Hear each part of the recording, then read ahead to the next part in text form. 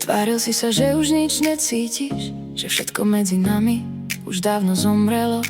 Poprel si nás oboch, poprel si pravdu, poprel si všetko, čím sme kedysi boli, len aby si nemusel priznať, čo som v tebe zanechala. A ja to vidím, aj keď sa dívaš cez mňa, aj keď sa hráš na kameň. Ale čím viac si predo mnou utekal, tým viac ťa dobiehala pravda. Čím viac si klamal, tým hlasnejšie to pálilo v tvojich očiach, v tvojom tichu, v tvojej noci.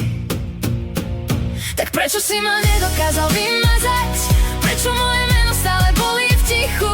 Prečo ma cítiš aj teraz? Prečo ma cítiš aj teraz? Tak prečo si ma nedokázal vymazať? Keď si poprel nás oboch, keď si poprel pravdu, a ja som ti stále v krvi. Kde si bol, keď som sa rozpadala, keď moja duša krvácala potichu do tmy? Kde si bol, keď som ťa potrebovala viac než vlastný dých? Nikde.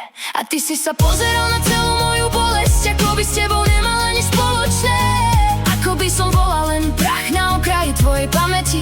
Ale ja som tam bola, keď sa ti triasli ruky. Všetko, čo som ti dala, bolo skutočné. Každé slovo, každý dých, každý dotyk. A možno práve preto si utiekol, pretože pravda bolí viac než lož, v ktorej žiješ. Možno raz pochopíš, že najväčšia strata nebola moja cesta preč, ale ten moment, keď si ma nechal odísť. Tak prečo si ma nedokázal vymazať? Keď si poprel nás oboch, keď si poprel pravdu, keď si zničil všetko, čím sme kedysi boli. Prečo moje meno stále bolí v tichu? Prečo ma cítiš aj teraz? Možno preto, že človek nikdy nezabudne na toho, kto sa dotkol duše skôr než tela. Nezvážeš ma, nezvážeš ma.